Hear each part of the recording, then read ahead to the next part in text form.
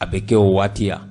labɛnw sabatira wa Goodluck Jonathan ngakila kabiri kurita kɛra Ibrahim Boubacar Keïta la o ti kalo tile 18 san 2020 fo kana bila sisan na Mali kɛra ale ka jamana filanan kɔni ye maa bɛ avion kɔnɔ ale bɛ avion kɔnɔ maa tɛ avion kɔnɔ a bɛ avion kɔnɔ ka d'a kan an y'a da la k'a fɔ ko ale de ye den cɛmancɛ fanga den fa ye ale de ye CEDEAO ka maa cilen kɛrɛnkɛrɛn ye ka Mali coup d'état mun kɛra Mali la ɲangili minnu ni fɛn minnu tun kan ka kɛ ale kɔni ye o taa ni ka segin ale bɛ o la yaasa baaraw ka se ka fori ko ɲuman kɛ kalafili ɲumanw ka se ka kɛ ani faamaw jamana faamaw kɔni kabra nana dimanche ya n'u bi ka ɲɔgɔn ye hakili ni kunnafonidilaw fana kan ka se ka ɲɔgɔn ye yaasa ka se ka ko in ka kuncɛ a ti taa abada n'a ni kunnafonidilaw ma ɲɔgɔn ye mun bɛ a kun ni a kan cɛ ko o fo kunnafonidilaw ye lamɛnbaa jama sigilen bɛ n'aw mana ko faw ka na Mali kɔnɔ ni Mali kɔ ka faw ka na n balimaw fɛn min ye o ti kalo tile 31 era dɔn an ka don kibaru tɛmɛnen ninnu n'an y'a fɔ ye ko fɛn min ye Sénégal ye n'i ye 10 ci 90 an y'a jateminɛ k'a fɔ Orange kelen bɛ ka Mali kɛ birimisi jabali de Afrique kɔnɔ anw ka fɛn bɛɛ ka gɛlɛn ala y'a kɛ amateur maaw ye fɛn dɔw boloda u ye baara bila kɛ ka daminɛ u ti kalo tile 31 ka taa bila septembre kalo tile 3 baara bila in an bɛ se k'a fɔ a ye ɲɛci ye ka d'a kan maa caman ma Orange Money kɛ a waati de nka an k'o bɛɛ to yen amateur ɲɛmaa bɛ an bolo yan ɲinabali timinandi bɛɛ tɛ se ka jama ɲɛmɔgɔya bɛɛ tɛ se k'a ɲɛ an bɛ Musa an b'i fɔ i Dunbiya i ni baara alhamdulillah journaliste ka misiya i ma décourager inshallah i ye bɛɛ lamɛn mɔgɔ y'i wele minnu b'a sɛbɛn minnu bɛ kuma tiɲɛ yɛrɛ la i kan ka fo grève a ye ɲaci ɲa wa mun bɔra kɔnɔ alhamdulillah co ne de bɛ journaliste fo tabarikala télé écrit réseaux sociaux k'aw bɛɛ fo ka waleɲuman dɔn tabarikala ni mun kɛra kuma dɔ la o ka fɔ tabarikala parce que fitiriwale walima fitiriwale o man ɲi ne de bɛ aw fo ka waleɲuman dɔn tabarikala n bɛ tila k'an sinsin fɛn mun kan ala ka Mali journaliste bɛɛ to anw ye jigiya ye amina ya rabi an ka baara dɔn amin a ma nɔgɔn alhamdulillah rabbil alamin baara bila kɛ siɲɛ 2 siɲɛ fɔlɔ o kɛra an y'a fɔ bɛɛ ye ko an ma satisfait o kama an taara préavis grève 2nan déposer parce que nafa dɔ de bɛ baara bila la kosɛbɛ anw bɛ mun dɔn parce que anw ka baara de don c'est vrai anw bɛ kumaniya wari la anw bɛ sɔrɔ an bɛ dɔ jɛ sɔrɔ la mais anw bɛ sɔrɔ di mun ma a ka jugu o ma ka tɛmɛ anw kan donc an y'o de dɔn k'o de faamuya ka baara bila boloda siɲɛ 2 siɲɛ fɔlɔ an sago ma sɔrɔ siɲɛ 2nan an bɛ ka laɲini kɛ mun fɛ ni kun ye an ka kuma jateminɛ o de kun ye jamanadenw ka fɛɛrɛ ka ca an ka commission ka dɔgɔ u ye yɛlɛmali kɛ mais yɛlɛmali kɛra foyi ma fɔ anw ye u ye i bɛ se k'i da don yɛlɛma ninnu la u ye dɔ bɔ tarifu la tarifu ye misaliya la ne kun bɛ 20 ci 500 ani dɔrɔmɛ 40 bon bi u nana n'a ye 200 ani dɔrɔmɛ 20 tabarikala voilà donc aw ka baarabila in a ye nafa ɲa bon mouvement an bɛ se k'a fɔ ko a ɲɛna mais ne ka jɔrɔna ko ni hamiranko belebeleba n'i y'a jateminɛ 3 de don fɔlɔ ye an bɛ baara kɛ réseau min yɛrɛ sanfɛ ale ka se ka sinsin 2nan ye distributeur minnu bɛ baara in kɔnɔ olu ka sɔrɔ 3nan ye jamanadenw ka lafiya donc ni Orange commencera ka dɔ kɛ ni 2 bɛɛ la n'o ye population ka lafiya ani ka dɔɔni fara an ka baarakɛlaw ka sɔrɔ kan commission n'o ye commission ye donc kuma dɔ la explication ma di anw ma a ka gɛlɛn an ka ɲɛfɔliba kɛ sɔrɔ ta yɔrɔ la anw yɔrɔ yaasa mɔgɔw bɛ se ka faamuyali sɔrɔ mais n kɔni bɛ se ka mun lajɛ ye dɔrɔn o de ye k'a fɔ dɔ bɔra jamanadenw ka fɛɛrɛ la dɔɔni farala an ka sɔrɔ kan parce que mun kɛra n'i y'a dogo dɔrɔn i bɛ kɛ fitiriwale ye kosɛbɛ joli farala aw ka sɔrɔ tama 3 ani dɔɔni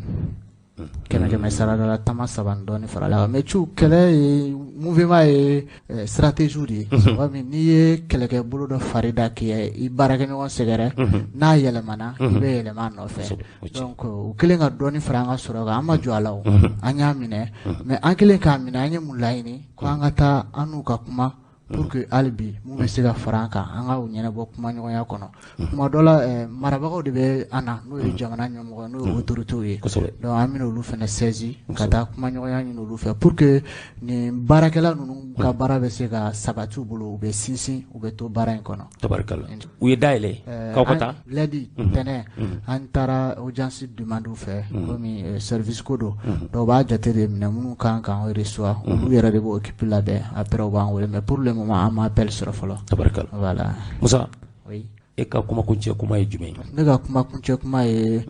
distributeur ka ɲɔgɔn minɛ parce que mun sɔrɔlen filɛ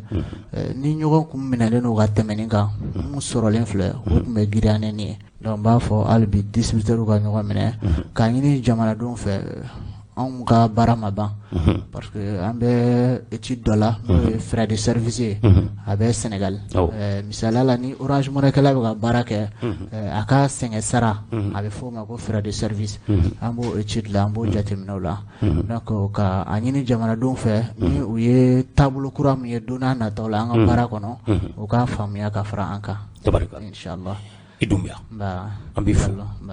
sɔgɔmada in na n'o ye talata sɔgɔmada in ye maa bɛ an bolokɔrɔ a b'a dɔn kunnafonidilaw tuma bɛ politiki ko kuma ani farikolo ɲɛnajɛ kuma nka bi sɔgɔmada in na anw ye ɲinini kɛ dɔw ko san 2000 ani san 22 dɔw ko san 2000 ni san 26 ko an bɛ don ECO kɔnɔ k'an bɛ bɔ CFA la kunnafonidila dun n'i ye nin sugu mɛn i bɛ maa de ɲini maa min ni a b'a dɔn ka dɔnna kari o la sa sɔgɔmada in na maa min bɛ an bolokɔrɔ o ye Dr Sikoro Keita a bɛ bɔ Kurusalen ale ye jate de kalan maa hakili juru carilen don fɛn o fɛn ye jate a ka kalan ser'o de ma Sikoro i ni sɔgɔma Keita n b'a ni sɔgɔma Jalo ayiwa mun bɛ maa sen na teliya o b'i da fana na teliya dɛ aw kamana gannen don nin waati in na nin san dama dama ninnu na ko CFA k'an bɛ bɔ a la k'an bɛ taa ECO la ko jamana ɲɛmaa dɔw sɔnna ko dɔw ma sɔn ko dɔw bɛ yen k'o ye Faransi ka maaw ye k'olu ma sɔn fewu ko an ka bɔ k'olu de bɛ Faransi ka fan na CFA yɛrɛ kɔrɔ ye mun ye franc CFA kɔrɔ ye mun ye? I ni ce i ka se ɲininkali la franc CFA i b'a fɔ an ka wari de don an ka wari tɔgɔ de ye franc CFA an ka wari tɔgɔ de don bon mais franc CFA nin a ma yɛlɛmana parce que a daminɛ la o tun ko le franc des colonies françaises d'Afrique. Franc des colonies françaises d'Afrique, CFA. CFA. Tabarikala. Colonies françaises d'Afrique. D'Afrique. Bon,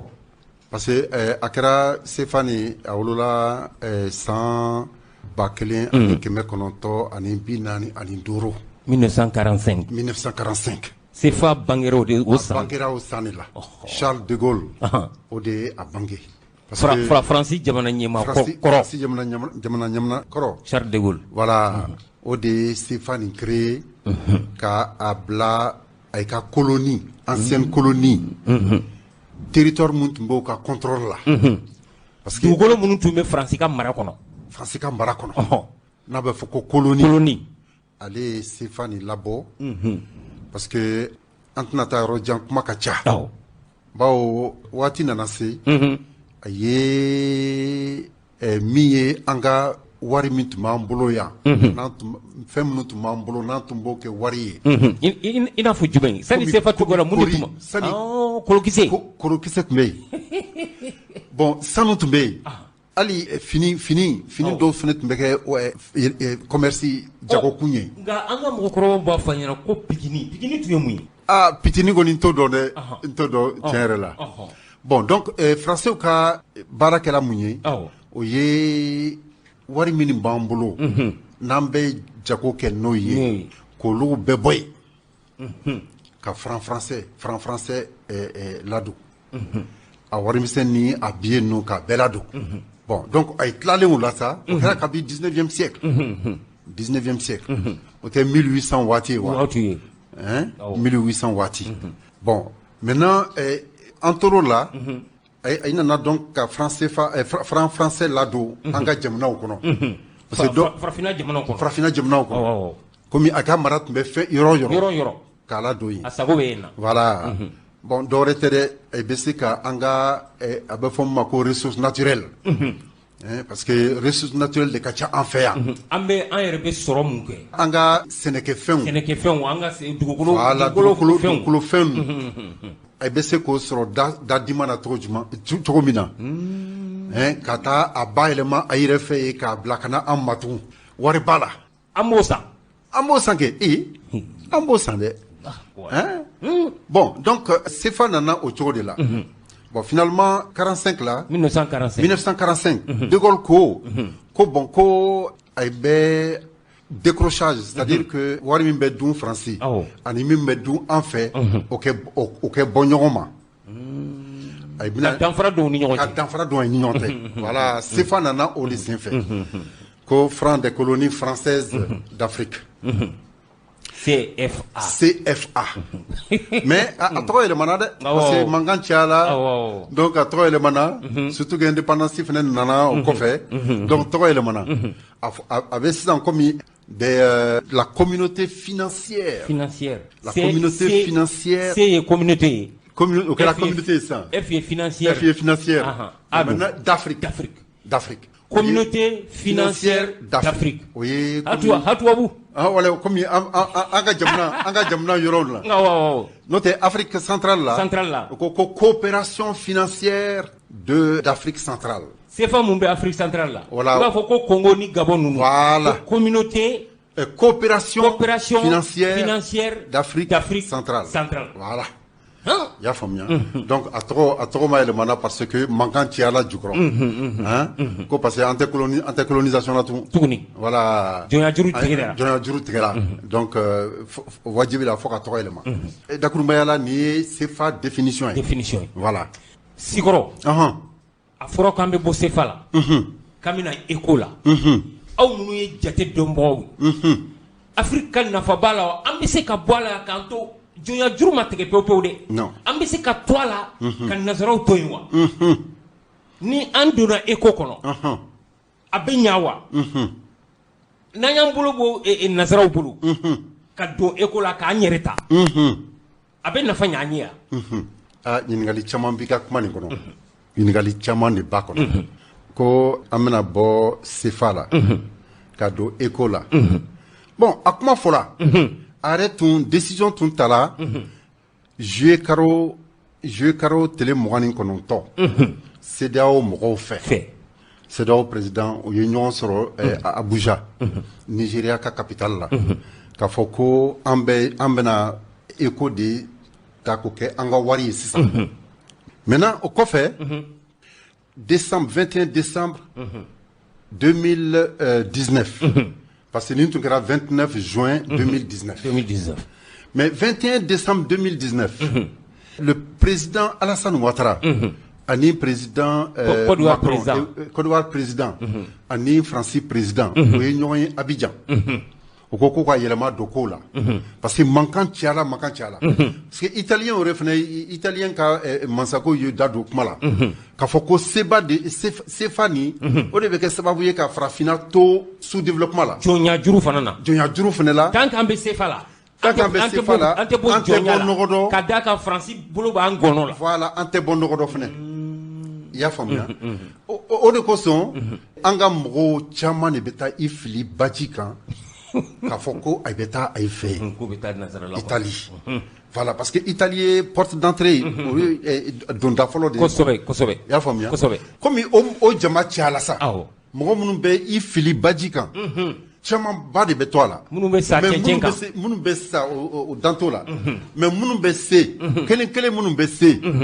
olu bɛ nin ka fa don italien na parce que o jama ka ca donc olu de wulila sa k'a fɔ ko mais dɔwɛrɛ tɛ dɛ fantanya min b'an fɛ yan dɛ fantanya min bɛ an ka jamana kan o de farafina yan surtout français ka ancienne colonie français ka colonie kɔrɔw o de b'a to mɔgɔw bɛ wuli ka bɔ yan ka taa k'a fɔ ko bɛ taa farasi jamanaw la ko dɔwɛrɛ tɛ dɛ ko halisa faransi de bɛ an to jɔnya juru la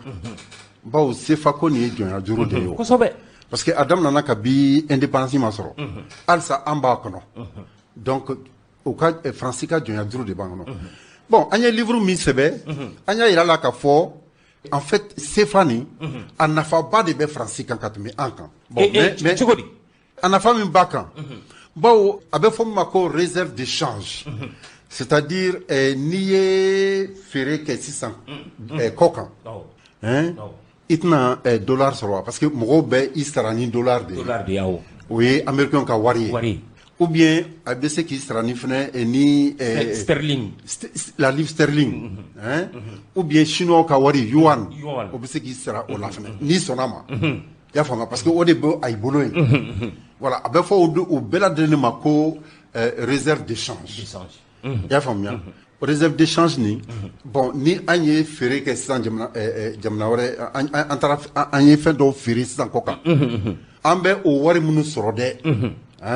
o de bɛɛ bɛ taa bila faransi ka trésor kɔnɔ wagane kɔnɔ o tɛna an fɛ yan dɛ u ka wagane kɔnɔ o ka wagane kɔnɔ o de bɛ taa bila yen i y'a faamuya donc réserve d'échange ni bon réserve d'échange n'a b'i bolo a bɛ se ka ko i bɛ se ka ko camanba de kɛ n'a ye parce que n'i b'a fɛ ka juru ta sisan donc réserve d'échange o b'i permis ka juru sɔrɔ n'i b'a fɛ fɛnɛ k'i ka wari bugu a bɛ fɔ min ma ko les institutions financières internationales i bɛ se k'a bila yen k'a la bugu bon n'i b'a fɛ fɛnɛ ka a bɛ komi dɔrɔn n'i b'a fɛ fɛnɛ ka juru sara bilankɔrɔ de réserve d'échange ni ye bilankɔrɔ de ye mais bilankɔrɔ min don bilankɔrɔ gansan tɛ e ka sefa wari a t'i ka sefa wari bilankɔrɔ tɛ o jamana wɛrɛw ka wari o bilankɔrɔ de don i y'a faamuya bon comme dollar ninnu ni fɛn ninnu parce que dollar de bɛ utiliser caman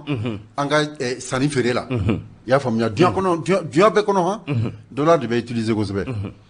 n'a fɔra ko n'an y'o fɛn fɛn sɔrɔ o bɛɛ bɛ taa bila olu ka wagane kɔnɔ olu ka trésor kɔnɔ yen bon donc olu de b'a nafa sɔrɔ ka tɛmɛ an kan badi o b'a nafa sɔrɔ ka tɛmɛ an kan hali n'an ko k'an bɛ taa sanni kɛ yɔrɔ wɛrɛ k'an bɛ taa sanni kɛ o ye nin ye an bɛ nin sɔrɔ an ka feere n'an taara feere kɛ mais n'an bɛ taa sanni kɛ f'an ka tɛmɛ a y'i fɛ yen tugun ka a wari dɔɔni ɲini ka sɔrɔ ka taa sanni kɛ parce que e b'a fɛ ka sɛnɛkɛfɛn san sisan b'a fɛ ka sɛnɛkɛfɛn san mais o b'a fɔ bon sɛnɛkɛfɛn kɔni bɛ ne bolo mais ne bɛ dollar de fɛ dɛ ne tɛ sefa tɛ dunna an fɛ yan non sefa tɛ dun yɔrɔ wɛrɛ dɛ tɛmɛna an ka farafinna jamana sefa tɛ dun yɔrɔ wɛrɛ o b'a fɔ de ko bon i tɛna ni dollar ye dollar b'i bolo wa ou bien yuan b'i bolo wa ou bien livre sterling b'i bolo wa ou bien Russie ka wari b'i bolo wa voilà i y'a faamuya donc fi i kɛ taa tugun ka taa a y'i fɛ yen a fɔ k'a kɛ nin hakɛ d'i ma parce que i b'a fɛ ka sanni kɛ c'est à dire Jalo ko nin ka dun kojugu a bɛɛ tɛ se an tɛ se k'a bɛɛ fɔ yɔrɔnin kelen bawo parce que n'i ko k'i b'a bɛɛ fɔ yɔrɔnin kelen i da bɛ tun accords coloniaux ma o b'a fɔ o ma ko accords coloniaux c'est à dire accord min Faransi ye accord min ta ani farafinnaw tɛ e m'a ye bi an ka président de ko ka accord de défense ko ka réviser wa ko ka segin a kan bon accord de défense bɛ ten accord monétaire fana bɛ ten accord économique fana bɛ ten même accord culturel o bɛ ten i y'a faamuya donc vraiment ko nin a kɔnɔ ka dun i y'a faamuya. ko sisan Sekɔrɔ Alassane ni Macron ye ɲɔgɔn ye dɔw kunnafoni dɔw y'a jira n na k'a fɔ ko farafinna jamanakuntigiw u yɛrɛ tɛ hakilina kelen na nin éco ko la. voilà e yɛrɛ bolo éco bɛ na wa. voilà mɔgɔw bɛ n'a kan wa. voilà ka d'a kan an ka jamana faama dɔw bɛ siran Faransi ɲɛ. c'est ça bon parce que éco nin a daminɛna cogo jumɛn. kuma fɔra yɔrɔ jumɛn fɔlɔ éco. bon a fɔra a mɛnna parce que a fɔ sisan peut-être depuis a bɛ se ka kɛ kabi les années 80 i y'a faamuya 80 o ni sisan tɛ o ye san joli ye. ka ca. san 40 kɔ. san 40 kɔ. i y'a faamuya. kosɛbɛ. bon mais kɔsan na sa a ye yamaruya de ta Nigeria Abuja k'a fɔ an bɛna a waleya an b'a waleya san 2000 ani san 20 san 2000 ni san 20 kɔnɔ an b'a waleya bon o décision taara mais décision tara a tara condition duuru de kan a condition fɔlɔ président Abuja Nigeria président Buhari o y'o de fɔ ko a condition fɔlɔ tɔgɔ bɛ yɛlɛma an bɛ bɔ CFA la ka don ECO la ECO tɛ dɔwɛrɛ ye dɛ o ye comme CEDEAO n'i y'a fɔ ko CEDEAO anglais-kan na ECOWAS voilà o daminɛni dɛ ECOWAS ECO nana n'o ye u ye W in bɔ a la o ye tɔn bɔ a la ka dan ECO ma voilà a fɔlɔ o ye donc wari ni a tɔgɔ bɛ yɛlɛma ka kɛ ECO ye ka bɔ CFA la a filanan ye mun ye a filanan intermédiaire an tɛ sɔn an ka wari kɛ déposé français tuguni an ka réserve min ye an ka yɔrɔ wɛrɛ wariw ye olu kɛ déposé France trésor la an tɛ sɔn o ma tun an tɛ sɔn o ma tun a sabanan parce que Nigeria o tɛ colonie o tɛ ancienne colonie française ye o i y'a faamuya o tun tɛ France ka mara kɔnɔ donc olu ye indépendant ils sont indépendants bon donc a sabanan ye mun ye k'a fɔ min ye intermédiation parce que français de comme intermédiaire, n'est-ce pas, dans CFA gestion. Tu vois, ni comment on appelle ça? Français de bas tranika seginge. Oui, parce que ni comment on appelle ça? Wari ka ba élément ka élément wari wala ka ka fali wari la. Comme quand fallait $100 là, quand fallait faire là. Bon, Francis de Bé, on y a fait quoi? Y a famille. Au de son, Francis décision ta ka foko, Stéphanie, bon, Stéphane, Anton Juru Tumbe, Barajuru le Tumbe, Stéphanie, français là. Bon, comme français bola et kake héroï, au Barajuru kele nebe, ani héros là. Y a famille. Bon, donc, Francis de Bé, au Kuntiya là. Y a famille. Donc, Nigeria président ani jamana tɔn ninnu bɛ sa jamana 15 de don CEDEAO kɔnɔ olu ko ko an tɛ sɔn o ma tugun intermédiation an tɛ sɔn o kuma t'a la bon ani fɛnɛ a naaninan ye mun ye k'a fɔ an ka wari nin k'a fɔ ko a bɛ dulon wari wɛrɛ la o kuma fɛnɛ t'a dɔn donc c'est un taux de change flexible il peut être échangé librement, c'est-à-dire librement, comme wari tobe fallait voilà, il y a famille. Bon, Adurna est Adurna a bedla en fer, a tête la France. Anga eko a bedla France, a tête la France. Parce que c'est pas du bedla France. Sikoro to mini nyingo la o. C'est pas bedla France. A bedla France. John de Beseka. Avec yɔrɔ jumɛn jɔnjɔn yɛrɛ la. Chamalière. Avec fɔ a dugu ma ko chamalière. Duguni fitinin don. Usine dɔ de b'o bolo ye. A bɛ Francis centré la l'hexagone. Donc CFA bɛ dilan yen de. CFA bɛ dilan yen. Chamalière. Bon donc est-ce que an ka contrôle b'a kan wa. Farafin jamana jumɛn de ka contrôle bɛ se ka kɛ o kan. U bɛ mun ka di o b'o de dilan. Min ka di o b'o dilan. O b'o de dilan. Min ka di o a hakɛ min ka di o ye o b'a dilan a ka dɔ ye cogo min na o b'a kɛ ten fɛnɛ i y'a faamuya donc o ko ko o tɛ kɛ tun ni an donna ECO la ECO bɛ dilan farafin an ka farafin jamana kelen dɔ de la très bien jamana 15 nin bon donc Macron ni fɛn o ka rencontre nin ani Alassane ni ye comme bluff de do quoi Blofudo parce que Macron sonna monema a ko min ye ka an ka réserve d'échange ka an ka devise étrangère k'o bila France trésor kɔnɔ ko o bɛɛ bɔ a ma c'est sûr que tɔgɔ yɛlɛmalen don mais CEDEAO ye tɔgɔ min ta olu fana ye o de ta k'a fɔ ko o de bɛ kɛ an ka wari kura tɔgɔ ye bon donc ko bɛ bɔ a ma mais min ye ani fana min ye Fransi ka parce que Fransi CFA ka administration na Fransi bɛ ye o Fransi bɛ halisa Fransi bɛ min ye le comité de politique économique de politique monétaire comité de politique monétaire o bɔ kɔnɔ bon min ye banque ninnu fana ka comment on appelle ça, le comité d'administration. Hein? Le comité d'administration des banques. Ay beau fne kono. Donc ay ko cabinet symbole là. Mais à loi BO, il y a loi nita. Loi ni ministre ya ibolono blala. Kabi je pense mai 2020. Mai 2020. Mai 2020. Bon, mais avec l'Assemblée a ratifié. Hein? La loi n'est ratifiée. La loi 2986. La loi 2986. Elle a ratifié le 10 décembre 2020. Alors que, avec un document qu'on a, tu as fait normalement, ni jamna, parce que Stéphanie, en kawari tout. Hein? Bon, mais, donc, au Kokoni, en Assemblée nationale, jamna nous, kilingena ka Assemblée nationale, nous lui a ratifié tout maintenant, Kassro avait rentré en vigueur. Bon, mais au lieu a ratifié Kaban. Au lieu a ratifié Kaban. Et Français a ratifié Kaban. Français a appliqué Kaban. Alors que Anga Jamna Français a ratifié. Français a appliqué. Non, parce que ni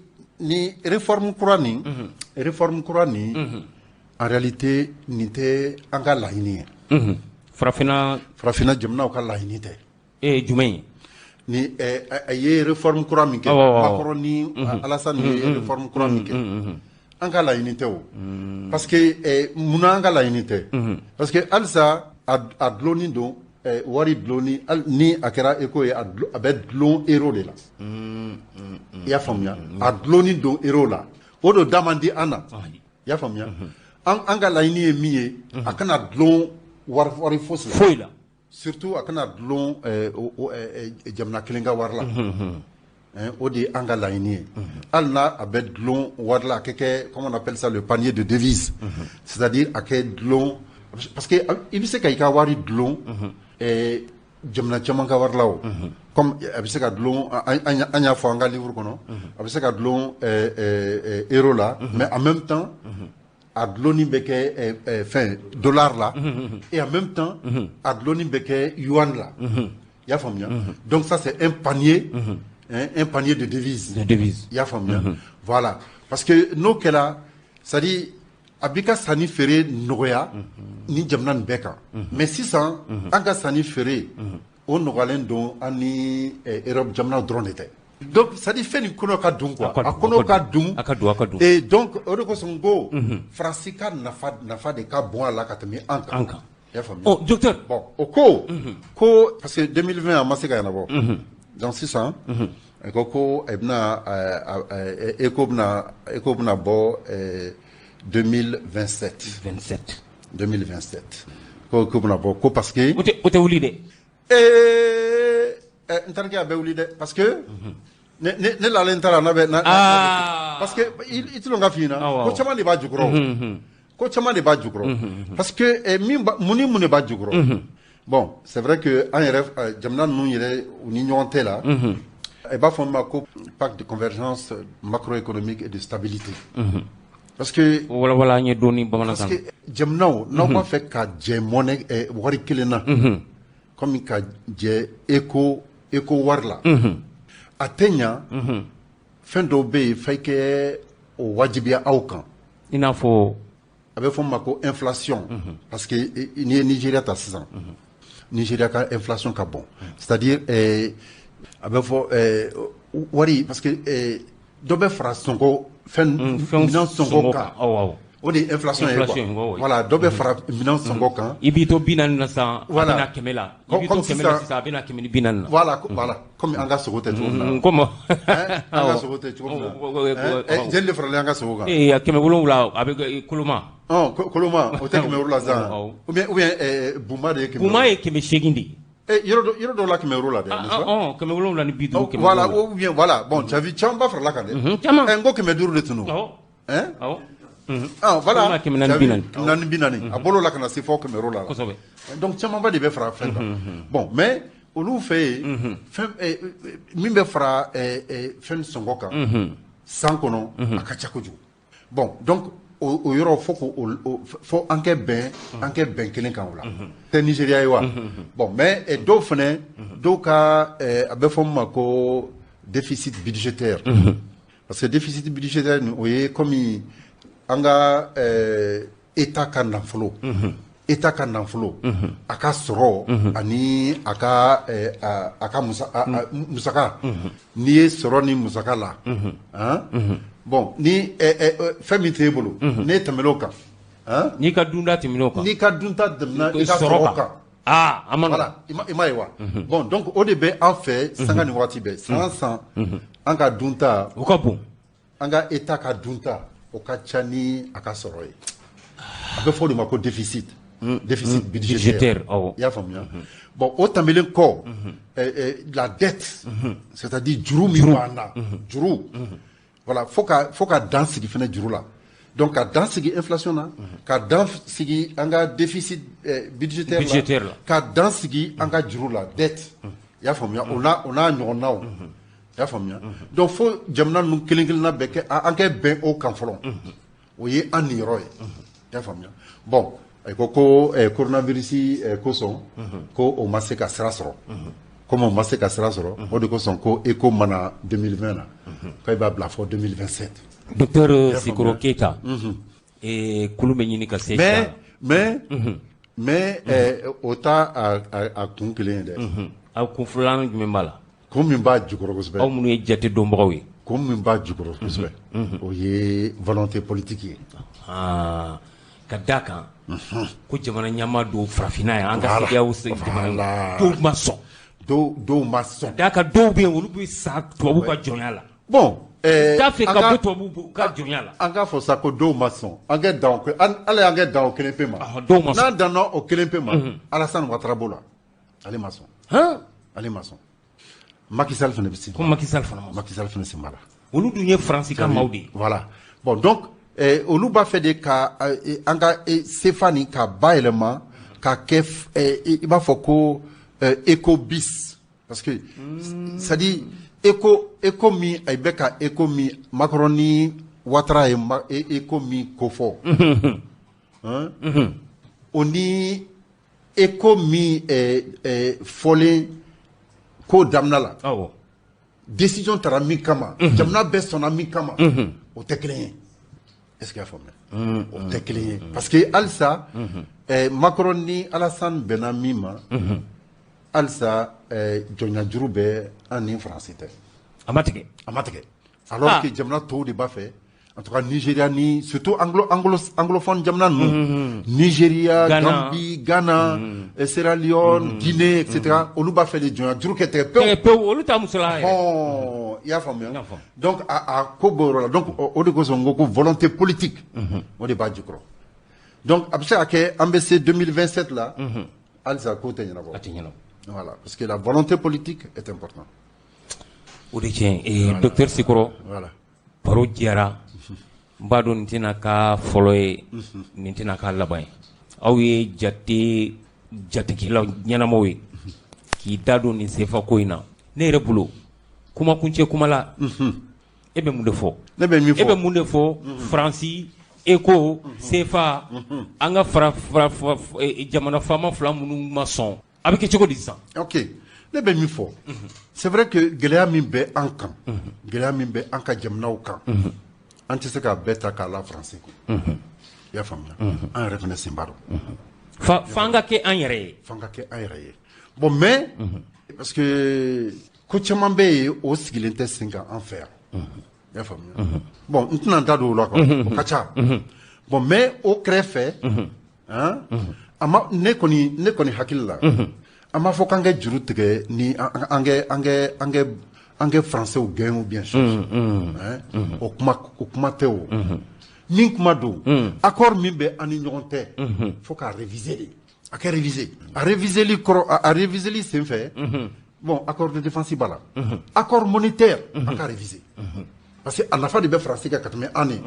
ye donc an ka yɛrɛma hɔrɔnya ta wariko nin na an k'an ka yɛrɛma hɔrɔnya ta an ka kan remayɔrɔna ta an b'a fɛ ka min kɛ parce que accord colonial n da ma tu accord colonial accord colonial ka ca défense b'a la économie b'a la monnaie b'a la o n'a ɲɔgɔnnaw culture b'a la bon mais an ni faransi ka kuma nin bɛɛ lajɛlen kan ka bila sen kelen kan parce que a nafa de bɛ faransi kan an bɛ se a jagɛlɛya b'an na jagɛlɛya banna parce que a jagɛlɛya banna o parce que a kɛra cogo o cogo bon kɛlɛkɛla i b'i sinsin dɔ de la dɛ kosɛbɛ o ye tiɲɛ tiɲɛ tɛ wa min bɛ kɔfɛ n'o ka gɛlɛn a kɛra cogo o cogo mɔgɔ tɛ se la dɛ o ye tiɲɛ e ma fɛn siri ta ye sisan n'o tɛ président tun bɛ nin ka bin o tiɲɛ tɛ wa mais Russie de y'a dɛmɛ kɛ n'est-ce pas bon an ni Russie bɛ se ka sisan accord stratégique de défense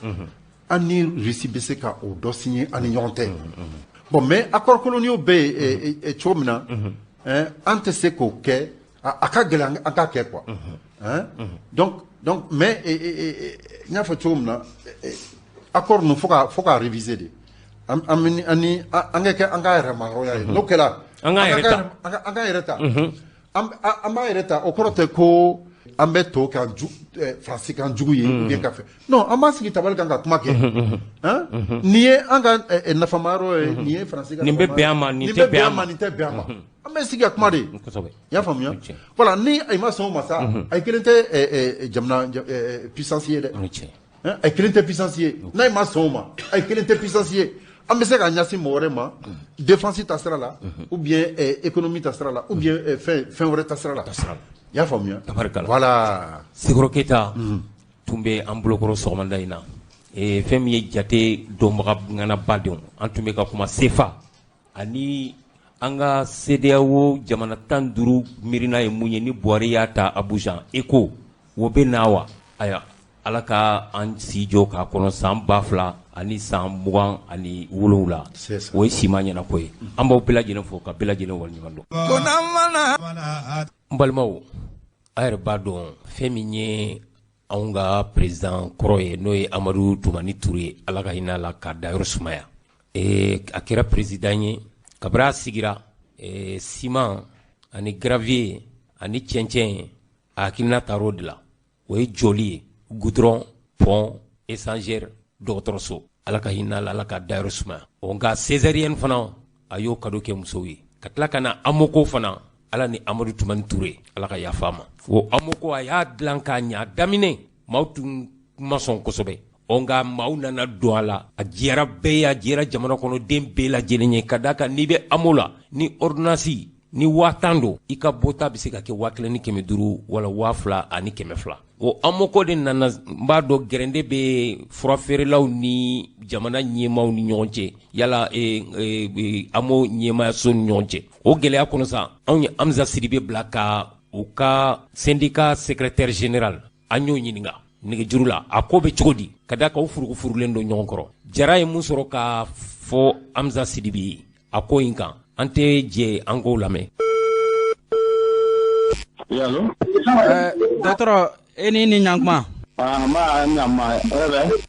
e jamu f'a ɲɛna. Ok, ne tɔgɔ ye docteur Burama Jara ne formation ka national tɔgɔ ne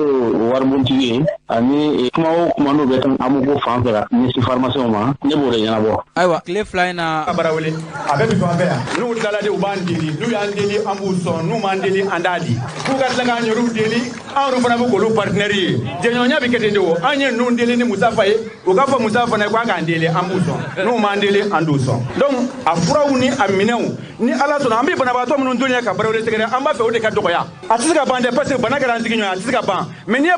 furakɛli ɲuman sɔrɔ ka dɔgɔtɔrɔ ɲuman sɔrɔ ka baarakɛminɛ sɔrɔ lafiya sabatira fura wari ka ca fɛn t'an bolo sumaya kɛra an sigi ɲɔgɔn ye a yɛrɛ se an b'o f'i ye nin ɲɛna nin diyara an ye mais hali bi dɛmɛ tɔw bɛ yen gɛlɛya tɔw bɛ yen nɔ an mago bɛ aw la baarakɛɲɔgɔn na an bɛ nin minɛ k'a kɛ k'a ɲɛ ni Ala sɔnna a b'a mankutu mɛn a kana sigi a la fiyewu k'a ɲin'a fɛ fana baarakɛɲɔgɔn in kunnafoni kana tigɛ ni ɲɔgɔn cɛ walasa italiyɛnw ka dan na walasa aw fana ka dan na walasa an ka préfecture ni an ka centre commune bɛɛ ka dan na k'a fɔ min dira Boadier ma a dira jiyɔrɔ la mobili a ma bɔ an ma an bɛ sa kɔrɔ n b'a fɔ président conseil technique k'a ka hakili sigi Boadier de don ji tɛ hali n'u nana ni bateau ye an bɛ se ka ladon a bɛ barawuli sɔrɔ an b'o fɔ a ye kuma tɛ mobili ma a n'u nana ni bateau ye a bɛ ladon yan nɔ ka barawuli sɔrɔ kuma tɛ mobili ma Boadier de don quoi k'a fɔ a ye a ka hakili latigɛ kɔnɔbugukaw ta ye nin ye koyi badɔlakaw fana ta don olu tɛ fɛn na minnu dalen an n'olu tɔgɔ fɔ yan nɔ ni Ala sɔnna olu fana b'a sɔrɔ n'u y'a sɔrɔ fana an b'u kɛ kelen Burama kama ɲɔnɛ bɛɛ ta tɛ minnu ta don an y'olu fɔ a ye barawuli ta don kɔnɔbugu ta don wa dɔw ta tɛ wa dɔw fana nana n'u bɛ jara koyi sabu anw ye kelenya dugu ye k'aw fo k'aw waleɲuman dɔn k'a barikada an nisɔndiyara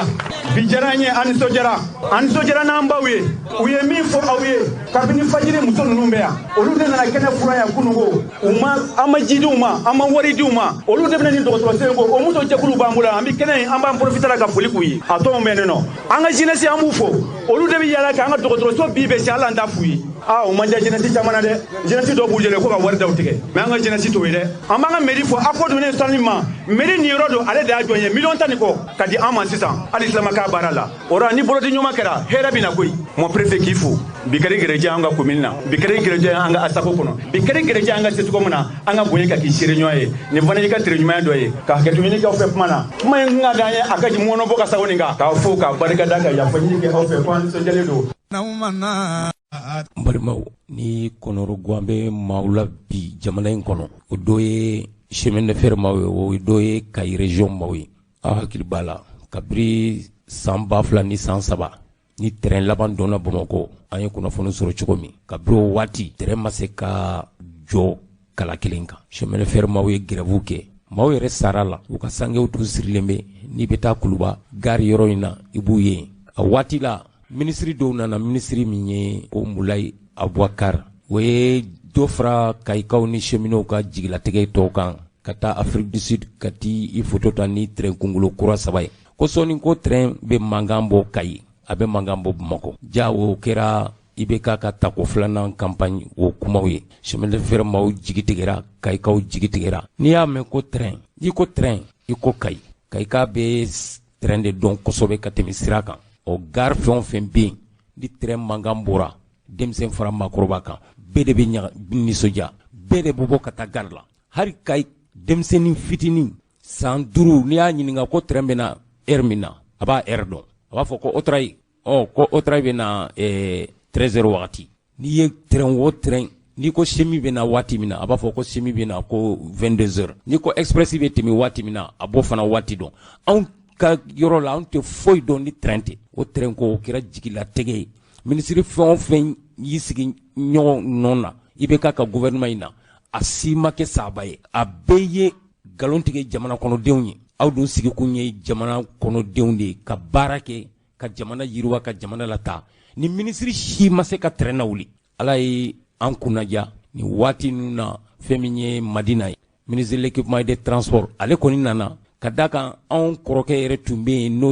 n'o ye Sisoko Cɛ ye Bandaw ka gouvernement na ale ma se ka dabɔ ko la ale yɛrɛ Mayinaka ye nka ni mun nalen filɛ nin ye ala y'a kɛ train kunkolo kelen o dilanna nka hakila ɲaamɛ kunkolo bɔra kɔlɔn kɔnɔ a tɔ bɛ yen dɛ u k'u timinandiya yanni cɛmancɛ fanga in bɛ ban yaasa train ka se ka kɔrɔnɛ Kayi ka kɔrɔnɛ Bamakɔ yan nka an y'a jateminɛ k'a fɔ fɛn min ye Sopafer ye service da ye ale yɛrɛ sigilen don ka train kow ɲɛnabɔ ka da ka délégation dɔ tun taara Amérique dɔ tun taara Côte d'Ivoire ko ka taa train kunkolow ɲini taama mɛnɛ sisi ma bɔ o sigilen bɛ train kunkolo ko ani rayi ko k'o ɲɛnabɔ ka minɛnw san yaasa train ka se ka sigi rayi kan nka an y'a ye Sopafer o ɲɛmaa fana gare o gare k'a daminɛ Kati ka yɛlɛn ka taa fo frontière la fo Diboli ale fana ka baara kɛra fɛn min ye fɛn min yɛrɛ t'a ka baara ye ka laso kɛ gare ninnu ka peinture k'a bɛɛ la k'u peinture ka daw peinture peinture jɔyɔrɔ jumɛn bɛ train ko la ni rayi dilanna ni pont dilanna ni kulun kunkolow nana ni wagon kuraw nana o waati hali n'a ye laso jɛman dɔrɔn kɛ garew la nka wariba de taara k'a daminɛ Kati yan fo ka taa bila Diboli ka garew bɛɛ peinture a konw bɛɛ peinture ka fenêtres bɛɛ peinture ka yɔrɔ bɛɛ peinture ni n ka muso ko tɔ tora ko wari a ma ɲɛnabɔ fɔlɔ hali a ma daminɛ a taara laso jɛman kɛ garew bɛɛ lajɛlen na train yɛrɛ ma kuma fɔlɔ train ma sigi rayi kan o ye Sopafer maaw a bɛ sɔrɔ fililaw ka baara u kɔni ye peinture kɛ gare bɛɛ an ye kunnafoni mun sɔrɔ gare bɛɛ lajɛlen peinture la ka ɲa nka train min ye mun ye ka i k'a ka buna hadamadenya kɔnɔna na an ka diɲɛlatigɛ yɛrɛ ye train de o train ko o a balili a ye duw ci ka furuw tiɲɛ ka balimayaw tiɲɛ dugu dɔw yɛrɛ bɛ yen olu yɛrɛ wulila ka da kan u bɛ rayida la olu balo bɛɛ lajɛlen ye train de n'i ko train dɔrɔn n'i kura donna ninnu na kabiri san 2000 ni san 3 ni nin ko bɛ sen na tati minɛ sisi tɛ bɔ train ko ma se ka ɲɛnabɔ nka an ka fara ɲɔgɔn kan an k'an balimaw ka dusumakasa lamɛn train bɛ nafa mun ɲɛ Kayi ani mobili sira ni train ni mun nafa ka bon ni mun ye an ka an balimaw yɛrɛ lamɛn sira bɛ baara mɔgɔw ɲa ka i bolofɛnw minɛ la k'i la wari min la k'i bolo fɛn o fɛn b'i bolo mobile kɔnɔ bandiw b'a bɛɛ gosi la ça c'est fréquemment surtout ni Keyita ni Bamakɔ tɛ taga yɔrɔ t'a la an b'u kɛ mobile dɔ kɔnɔ ka taa n'u ye Bamakɔ sisan bandiw yɛrɛ subin'an kun ni mobile falen tagara minan na zira la i n'a fɔ tɔmɔnɔ ni mobile falen tagara an tɛ bandi ye mais n'a bɛ segin ka na bandiw b'i daɲa sira la u b'an ka wariw minɛ na u b'an ka telefɔniw minɛ na terrainw ka wuli bɛɛ ka se sɔrɔ min bɛɛ ka se ka sɔrɔ kɛ bɛɛ ka se k'i ka commerce continuer bɛɛ ka se ka voyager sécurité kɔnɔna la vraiment o bɛ diya n ye an bɛ mangorow de feere ani nemurubaw ani papayew ani kangalibaw an bɛ o de feere welekan b'an bolo ka se faamaw ma u k'an dɛmɛ pour que train ka se ka wuli an ka hɛrɛ b'a la train jɔli nana kɛ sababu ye ka fɛn camanba tiɲɛ anw fɛ yan an ka sɔrɔ jɔra jagomisɛnninw jɔra fɛn bɛɛ lajɛlen jɔra ni train kɔni sera ka wuli a bɛ fisaya anw ma kosɛbɛ a bɛ diya n ye kosɛbɛ a bɛ diya n ye mun na i bɛna ye k'a fɔ train ko in sababu la bi bɛɛ b'i kun fɛ alors que ni train tun bɛ wagati min na a ka ca Ala fɛ ni dugu jɛra an bɛ ɲɔgɔn nasɔrɔ yanni wula fana cɛ ni wula sera an bɛ ɲɔgɔn nasɔrɔ an bɛ baro ni fɛnw kɛ o tɛ foyi tɛ dugu mana jɛ bɛɛ bɛ wuli de k'i ta ɲɛɲini si tɛ si fan dɔn bilen donc train tun kɛra sababu ye k'anw fara ɲɔgɔn kan mais bi train tali kɛra sababu ye k'anw sɔbɔ ɲɔgɔn na kosɛbɛ o gɛlɛyaba bɛ anw fɛ yan nɔ bi u k'a lajɛ train ko in ka don ba la parce que Tukuto dɔrɔn tɛ arayi dafɛ dugu ninnu caman n'i taara dugu dɔw la sisan i b'a fɔ ko mɔgɔ tɛ yen ka sababu kɛ train ko ye train tɛ yɔrɔ sira train tɛ na la sira fana tɛ tɛmɛ u ka yɔrɔ fɛ donc degunba de b'u kan mais Tukuto de bɛ nin bɛɛ ɲɛ parce que n'i y'a jateminɛ Tukuto yan ni train tun tiɲɛna Dibol a tun bɛ dilan Tukuto yan de u ka école dɔ tun bɛ depuis temps fɔlɔ ko l'AOF o tun bɛ Tukuto yan de donc train kɔlɔlɔ jɔli a sera dugu min yɛrɛ ma o ye Tukuto ye vraiment an kɔni an bɛ laɲini min kɛ u k'a lajɛ train ka démarrer n'o tɛ a ma nɔgɔn dɛ anw fɛn fɛn bɛ arayi sira fɛ anw bɛɛ sɛgɛnnen don Kulubali